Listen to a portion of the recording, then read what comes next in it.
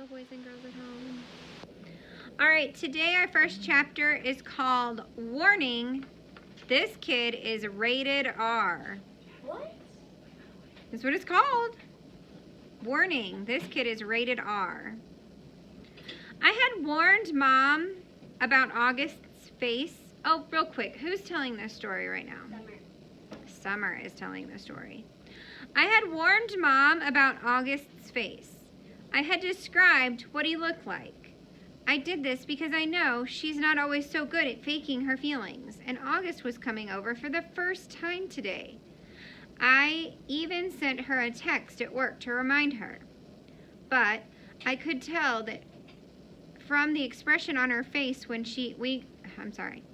I could tell from the expression on her face when she came home after work, that I had not prepared her enough. Sometimes I mess up and I have to start over. Sorry, guys. She was shocked when she came through the door and saw his face for the first time. Hi, Mom. This is August. Can he stay for dinner? I asked quickly. It took a second for my question to even register. Hi, Augie, she said. Of course, sweetheart, if it's okay with Augie's mother. While Augie called his mother on his cell phone, I whispered to Mom, Stop making that weirded out face. She had that look, like when she's watching the news and some horrific event happens. She nodded quickly, like she hadn't realized she was making a face, and was really nice and normal to August after that. After a while, Augie and I got tired of working on our projects and went to hang out in the living room. Augie was looking at the pictures on my mantle, and he saw a picture of me and Daddy. Is that your dad? He asked. Yeah. I didn't know you were, what's the word? Biracial? Right, that's the word. Yeah. He looked at the picture again. Are your parents divorced? I've never seen him at drop-off or anything. Oh, no, I said. He was a platoon sergeant. He died a few years ago. Whoa, I didn't know that. Yeah, I nodded, handing him a picture of my dad in his uniform. Wow, look at all those medals. Yeah, he was pretty awesome. Wow, Summer, I'm sorry. Yeah, it sucks. I miss him a lot. Yeah, wow. He nodded, handing me back the picture. Have you ever known anyone who died? I asked. Just my grandmother, and I didn't really even remember her. That's too bad. Augie nodded. You ever wonder what happens when people die? I asked. He shrugged. Not really. I mean, I guess they go to heaven. That's where my grands went. I think about it a lot, I said. I think when people die, their souls go to heaven, but just for a little while. Like that's where they see their old friends and stuff and kind of catch up on old times. But then I actually think their souls start thinking about their lives on Earth, like if they were good or bad or whatever. And then they get to be born again as a brand new baby in the world. Why would they want to do that? Because then they get another chance to get it right, I answered. Their souls get a chance to have a do-over. He thought about what I was saying and then nodded. Kind of like a makeup test, he said. Right. But they don't come back looking the same, he said.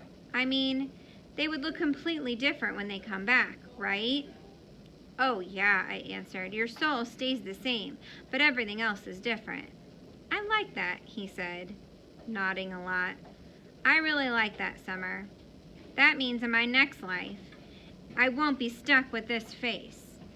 He pointed at his face and batted his eyes, which made me laugh. I guess not, I shrugged. Hey, I might even be handsome, he said, smiling. That would be so awesome, wouldn't it? I could come back as this good-looking dude and be super buff and tall. I laughed again. He was such a good sport about himself. That's one thing I like about August the most. Hey, Augie, can I ask you a question? Yeah, he said. like he knew exactly what I was going to ask. I hesitated. I've been wanting to ask him for a while, but I've always lost the guts to ask him. What? He said. You want to know what's wrong with my face? Yeah, I guess. If it's okay to ask. He shrugged. I was so relieved that he didn't seem mad or sad or anything. Yeah, it's no big deal, he said casually. The main thing is, I have this thing called, it's all spelled out like this, mandibulofacial dysostosis, which took me forever to learn how to pronounce. By the way, but I also have this syndrome thing that I can't even pronounce.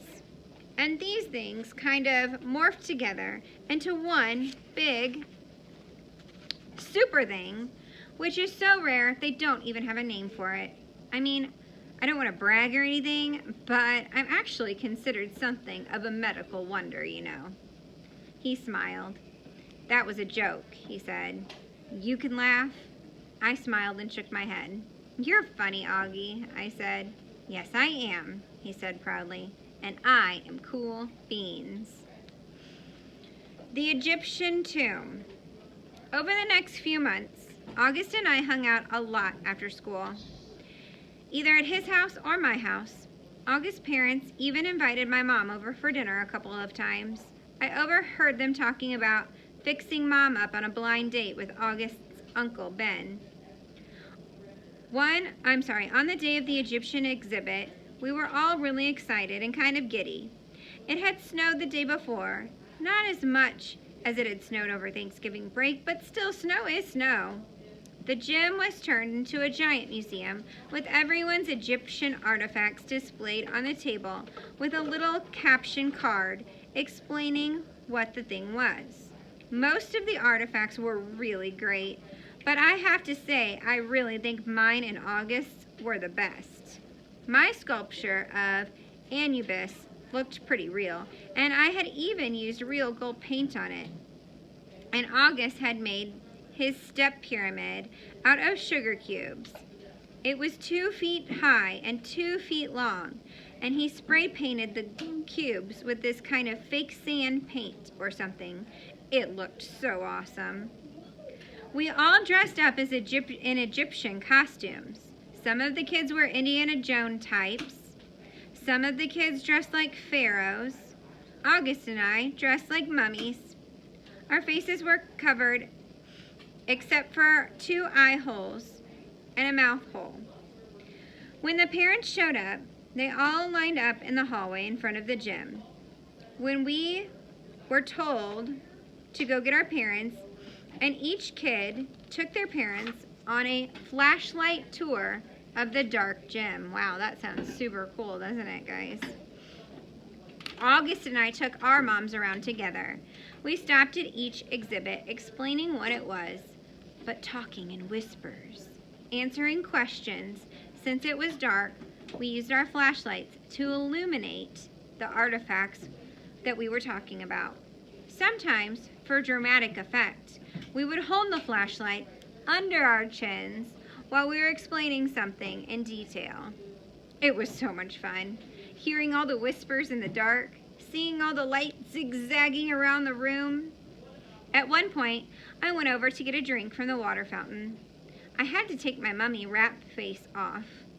Hey, Summer, said Jack, who had came over to talk to me. He was dressed like the man from the Mummy. Cool costume. Thanks. Is that other mummy, August? Yeah. Hey, do you know why August is mad at me? I nodded. Can you, oh no, she said, I nodded. Can you tell me? No. He nodded. He seemed bummed. I told him I wouldn't tell you, I explained. It's so weird, he said. I have no idea why he's mad at me at all.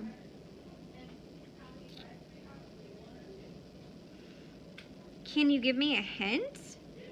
I looked over to where August was across the room talking to our moms. I wasn't about to break my solid oath, and I wouldn't tell anyone about what he had overheard at Halloween, but I felt bad for Jack, so I said, bleeding scream. And I whispered it in his ear and walked away. Bleeding scream. Who remembers what that was? August was bleeding scream face for Halloween, and you overheard Jack talking about him. That's what he was wearing when he heard them talking bad about him. That was the end of Summer's part in the story. Our next part, who wants to take a guess of whose perspective we're going to hear next? I think I know. Everyone? Jack will. Part 4, Jack. Here's Jack's quote. Now here is my secret. It is simple. It is only with one's heart that one can see clearly. What is essential is invisible to the eye. Okay. The call. So, remember, this is Jack.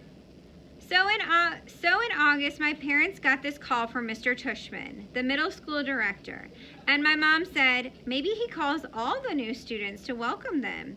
And my dad said, that's a lot of kids he'd be calling. So my mom called him back, and I could hear her talking to Mr. Tushman on the phone.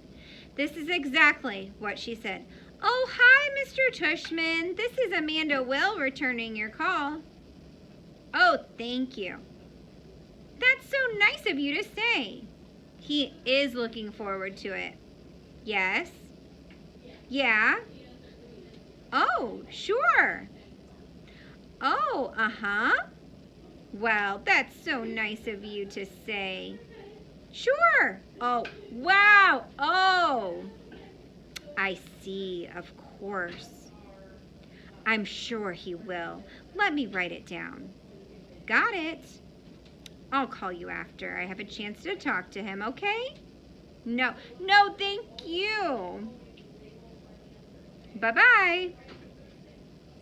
And when she hung up, I was like, what's up? What did he say? And Mom said, well, it's actually very flattering, but also kind of sad. See, there's this little boy who's starting middle school this year, and he's never been to a real school before because he was homeschooled. So Mr. Tushman talked to some of the lower school teachers to find out who they thought would be a really, really great kid to help welcome him to 5th grade. And they thought of you, which I already knew, of course, that you were a great kid. And so Mr. Tushman is wondering if he can count on you to sort of shepherd this new boy around a bit. Like, let him hang out with me? I said. Exactly, said Mom. He called it a welcome buddy. But why me? I told you, because Mr. Tushman thinks you're a great kid. He thinks you're a good egg. I mean, I'm so proud that he thinks so highly of you. Why is it sad? What do you mean? You said it's flattering and kind of sad. Oh, Mom nodded. Well, apparently this boy has some kind of, well, I guess there's something wrong with his face or something like that. Not sure. Maybe he was in an accident. Mr. Tushman didn't explain that part. School doesn't start until September. He wants you to meet the kid before school starts. Do I have to? Mom looked a bit surprised. Well, no, of course not, she said, but it would be nice. It would be a nice thing to do, Jack. If I don't have to, I said, I don't want to do it. Can you at least think about it? I'm thinking about it, and I don't want to do it. Well, I'm not going to force you, she said, but at least think about it some more, okay? I'm not calling Mr. Tushman back until tomorrow, so just sit with it a bit. I mean, Jack, I really don't think it's too much to ask to spend a little extra time with some new kid. It's not that he's just a new kid, Mom, I answered. He's deformed. That's a terrible thing to say, Jack. He is, Mom. You don't know who he is.